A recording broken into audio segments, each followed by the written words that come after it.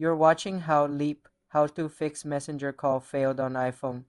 First, check your internet connection. Open Safari to test. If using cellular data, ensure it's enabled for Messenger. Go to Settings Cellular, scroll to Messenger, and toggle it on.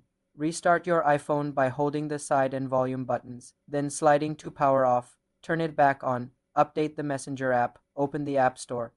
Tap your profile, scroll for updates, and update Messenger if available. Check for iOS updates in Settings General Software Update. Ensure microphone and camera permissions are granted.